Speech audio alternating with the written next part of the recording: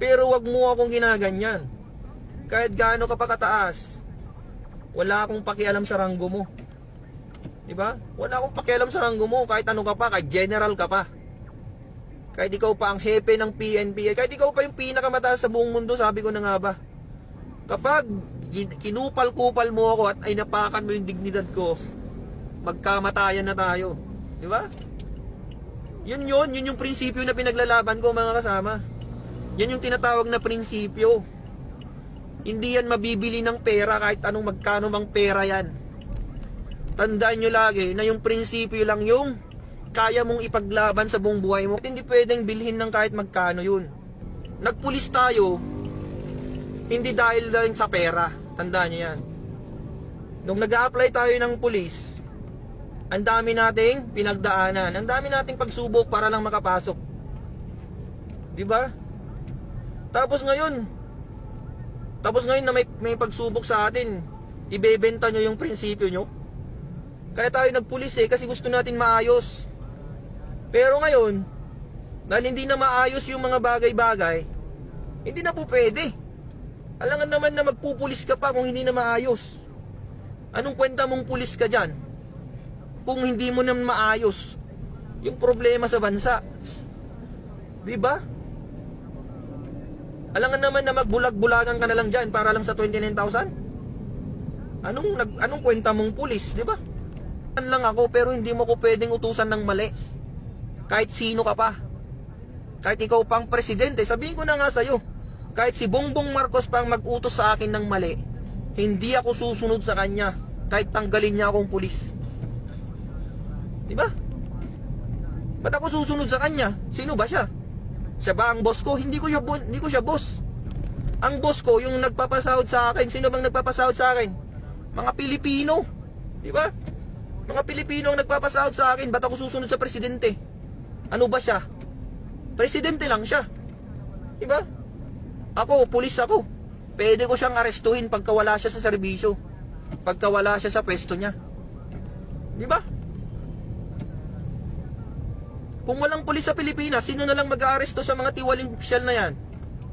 Kaya tayo nagpulis para hindi tayo maging kakampi ng mga tiwaling opisyal. Tayo dapat nasa gitna lang tayo, mga kasama. Nasa gitna lang tayo. Hindi pwedeng dahil presidente natin siya na yung susunundan natin. Hindi pwedeng dahil presidente natin siya na yung susundin natin sa lahat ng bagay. Hindi po pwede yun. Partisa ng tawag doon. Hindi porke presidente ka, susundin kita. Ano ka? Sino ka ba para sundin ko? Tama ka ba? Ang tanong, nasa tama ka ba para sundin kita?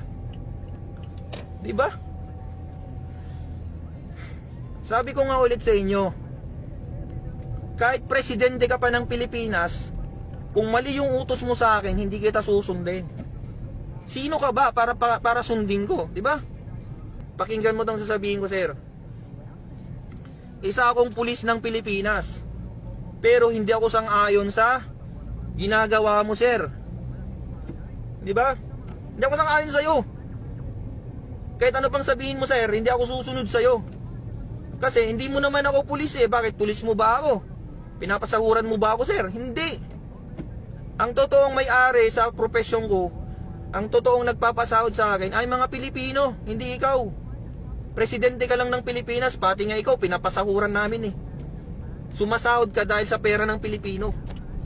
Kaya isa ka rin, katulad ka rin namin nasa serbisyo publiko. Pare-pareho tayo, sir. Hindi ka commander-in-chief lang dyan. Ikaw ay isang public servant. Di ba? Public servant ka. Dapat magtrabaho ka rin. Hindi ka boss. Tandaan mo yan, sir, ha? Tandaan mo, sir, President Bongbong Marcos. Tandaan mo to. Isa kang public servant. Pumunta ka dyan sa pwesto mo para magserbisyo, hindi para maging boss namin. Dapat nga ikaw nagtatraffic dyan Dapat nga ikaw yung nasa gitna ng kalsada, nagtatraffic dyan Kasi nasa public service tayo.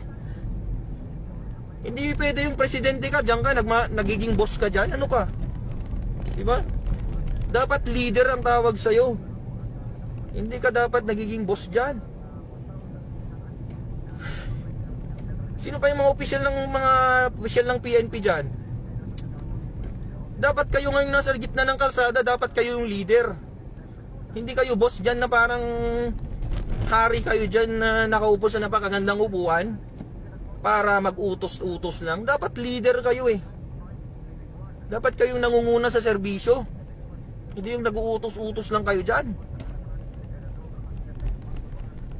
Paano susunod yung mga tao sa inyo, eh kayo mismo hindi nyo alam yung trabaho? Diba? Oh, hamunin ko kayong lahat dyan. Sa mga general dyan na nakaupo sa napakagandang upuan, sige, hamunin ko kayo. Alam nyo ba mag-serve ng traffic? Alam nyo ba? Alam nyo ba paano mag-traffic sa gitna ng traffic, sa gitna ng kalsada? Baka di nyo pa alam yan.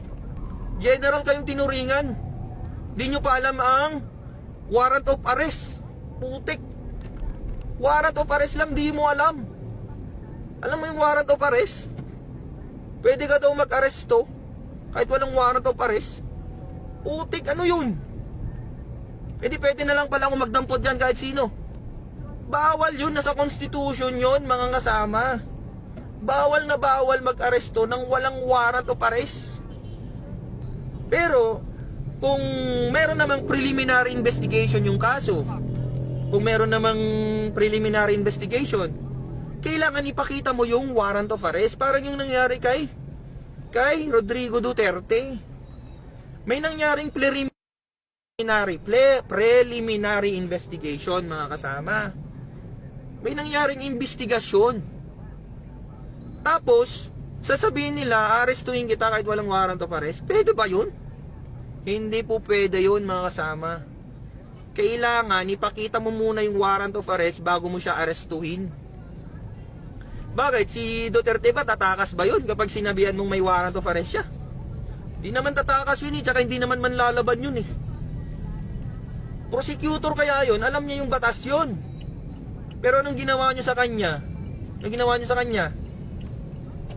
Wala, mali yung ginawa nyo sa kanya. Inaresto nyo siya nang walang warrant of arrest at hindi nyo sinunod yung batas ng ICC.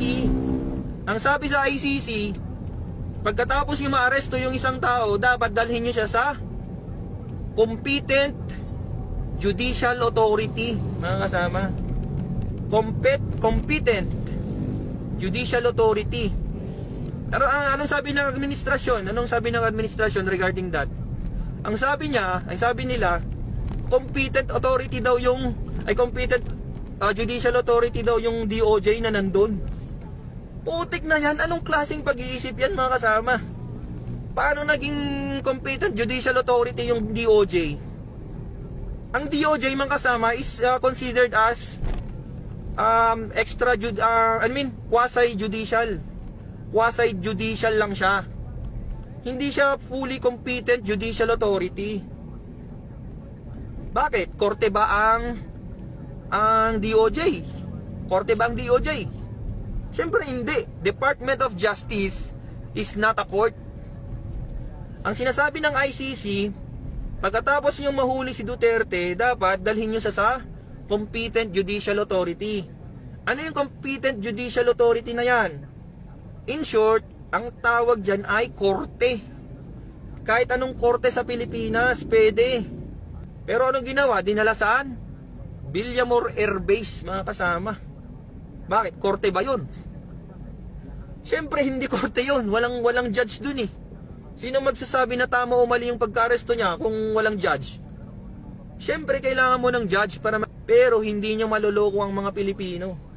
Ang akin lang, ang sinasabi ko lang is mali yung pagka-aresto kay Duterte. Ang mangyayari dyan, mga kasama, kapag unlawful arrest or invalid arrest, it's considered as papawalang bilanggo siya. Mapapalaya siya. Parang kayo nangyari kay Duterte. Kapag unlawful yung pagka-aresto sa kanya, ang mangyayari sa kanya, magiging invalid yung arrest niya. Ibig sabihin, kapag invalid yung arrest niya, mapapawalang bilanggo siya. Pwede siyang pabalikin sa Pilipinas. Patrolman ako, tuturuan ko mga general, putik. Nakakahiya tayo. Dismiss yung kaso, mapapawalang sala. Oh, yun, sabi. Walang sala si Rodrigo Duterte kasi mali yung pagka-aresto sa kanya. That's it. Duterte, ibig sabihin, pauwiin na siya sa Pilipinas. Ikaw galit na galit. Kasi mali yung sistema natin, mali pa yung mga mindset ng mga opisyal natin. Ang daming mali sa Pilipinas. Ang daming mali. O, patawag niyo ako ngayon sa krame. Amunin ko kayo mga sir, mga general. Chief PNP, this is for you sir. Sabihin ko na sa iyo, ang sinabi mong statement na kaya, ang sabi mo sir, pag nagsashabu ka daw, hindi ibig sabihin masamang tao ka na. Pampawala lang daw ng antok at puyat lang yon. Anong klaseng mindset yan mga kasama? Isipin nyo mabuti.